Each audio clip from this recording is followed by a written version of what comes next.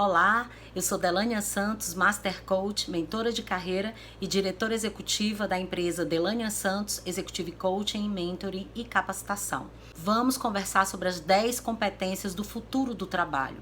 Essas competências foram elencadas no relatório do Fórum Econômico Mundial, que é uma organização sem fins lucrativos, independente, situada em Genebra, na Suíça, que reúne anualmente líderes mundiais, políticos, jornalistas, intelectuais, para discutirem as questões enfrentadas pelo mundo.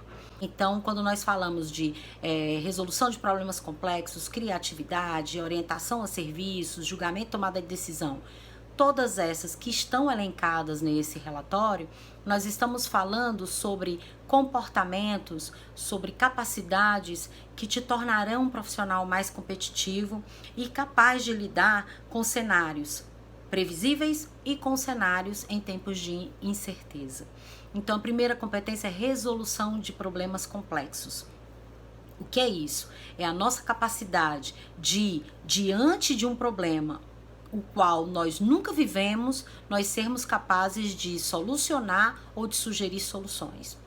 Você pode estar se perguntando, Delânia, como eu desenvolvo essa competência, resolução de problemas complexos? Isso vai depender muito da postura que você tem diante dos problemas. Você é vítima e acha que o problema é maior que você e que você não tem nada a fazer sobre ele e que você é uma vítima do mundo? Ou você tem uma postura, mesmo diante de cenários os quais você não domina, você tem uma postura protagonista e diz a si mesmo que eu não conheça, mesmo que eu tenha medo, eu sei que tem algo a fazer e se tiver algo a fazer, eu vou fazer. Se a sua postura é o segundo exemplo, então você está apto para desenvolver e mais próximo de desenvolver a competência de resolução de problemas complexos. Porque só quem tem coragem, tem um mindset flexível e tem um comportamento protagonista é capaz de estar diante de um problema o qual ele nunca viveu e ainda assim conseguir resolver ou sugerir soluções que sejam viáveis.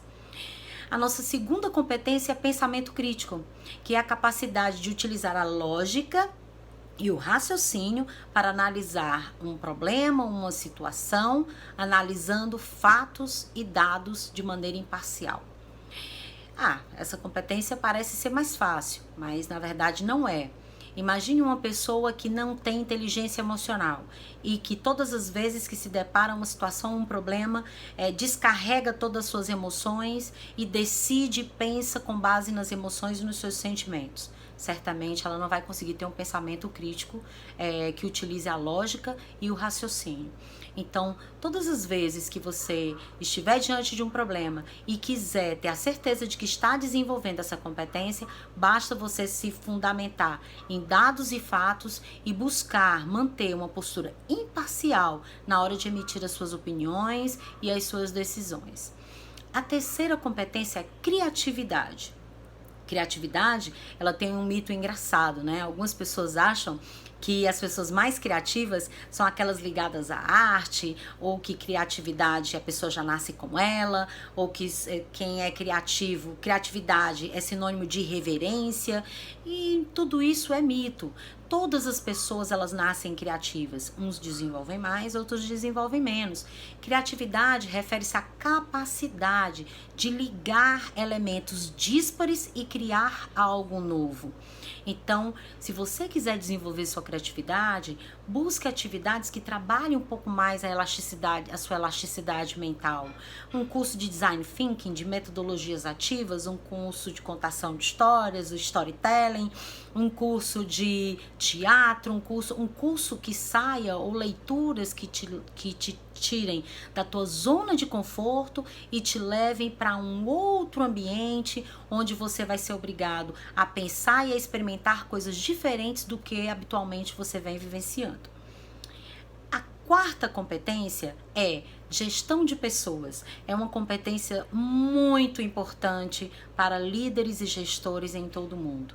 É a capacidade, a habilidade que o gestor tem, que o líder tem, de extrair o melhor que as pessoas têm para oferecer, de envolvê-las em torno do propósito, de motivá-las, engajá-las e fazer com que elas produzam os resultados esperados pela organização, porém com compromisso, propósito e felicidade. Isso é a gestão de pessoas. A próxima competência é coordenação de outros, ou coordenar outros, que é você conseguir coordenar suas próprias atividades em harmonia com a atividade de outros. Isso muito se assemelha ao trabalho em equipe. Eu vou dar aqui um exemplo. Às vezes nós trabalhamos com colegas dentro do nosso setor e nós não entendemos as atividades daquele colega. Então, normalmente, isso gera choques, né? Na convivência, no relacionamento e também na entrega de resultados. Porque às vezes esse teu colega não entende a complexidade, as atividades que você desenvolve e por que você depende tanto nele em determinados quesitos e você idem. Então, coordenar ou coordenação de outros é você entender suas atividades, a complexidade delas, mas também entender as atividades do outro, a complexidade do outro e estabelecer uma harmonia na coordenação de todas essas atividades. A próxima competência é inteligência emocional. Inteligência emocional é a capacidade que você tem de gerir suas próprias emoções, é você ter empatia com as emoções dos outros e você ter a habilidade de estabelecer relações com qualidade. Apesar disso, eu digo apesar disso, e aí é uma definição muito minha, porque muitas vezes você tem autoconsciência emocional, você até sabe gerir suas emoções, mas você não tem empatia com as emoções do outro e não consegue entender essas emoções, e você não aceita essas emoções, e você não entende porque a pessoa se comporta daquela determinada forma. E isso impossibilita a construção de relacionamentos e de conexões de qualidade. Então, a inteligência emocional, segundo Daniel Goleman, que é a teoria que eu mais me identifico, quando ele traz 4 dimensões, 2 intrínsecas e 2 do indivíduo com o outro, que eu acho geniais. Ele fala que as 4 dimensões da inteligência emocional são autoconsciência, autocontrole, empatia para com o outro e relações interpessoais. Então, se eu consigo ter essas 4, se eu consigo trabalhar essas 2 que são intrínsecas, eu vou estar mais preparado para essas 2 que é da minha relação com o outro. Ter empatia e estabelecer relações com qualidade. A próxima competência é julgamento e tomada de decisões. Bem, julgamento e tomada de decisões é a habilidade que você tem de analisar fatos e dados para ter um bom julgamento e, consequentemente, tomar decisões firmes e imparciais. Isso não é fácil, não é fácil, porque muitas vezes tem emoção envolvida nesse julgamento, ou tem um conhecimento de uma outra pessoa que você tem, uma amizade, um relacionamento, e aí isso deixa o teu julgamento totalmente comprometido e, consequentemente, tua tomada de decisão ela não é imparcial. Então, julgamento e tomada de decisão também é uma outra competência muito importante para líderes e gestores. A próxima competência, depois de julgamento e tomada de decisão, é orientação a serviços.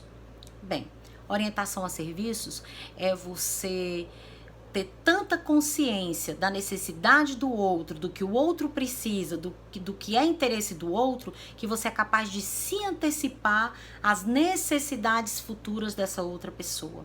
Isso quando nós falamos de atendimento ao público externo, ou atendimento entre setores, isso é muito importante, esse entendimento. Você ser orientado a serviços também envolve você ter disponibilidade para servir, você gostar de servir o outro, você gostar de ajudar, você gostar de ver uma situação resolvida. Então, é uma competência muito humanizada, mas também tem sua parte estratégica, de antever necessidades. O que é que o outro precisa? Se ele precisa disso agora, qual será a outra necessidade? Ou qual a evolução dessa necessidade que ele está trazendo para mim? A próxima competência é negociação, que é uma competência muito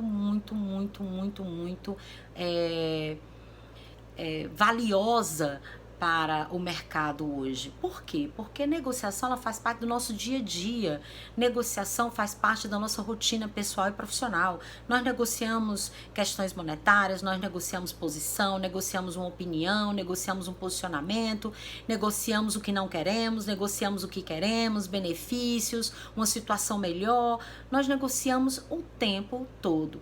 Então, a negociação consiste em você considerar as partes interessadas naquela negociação, Ou seja, quais são os interesses de todas as pessoas que estão envolvidas nessa negociação e como eu posso trabalhar essa negociação para que todos ganhem, ou que pelo menos eles tenham essa sensação de que todos estão minimamente ganhando e que todos tenham a sensação de que eu me importo com os interesses deles, né? Então, negociação envolve conhecer os interesses dos stakeholders envolvidos, conhecer as necessidades dessas pessoas, conhecer a emoção que está ali latente naquele momento da negociação.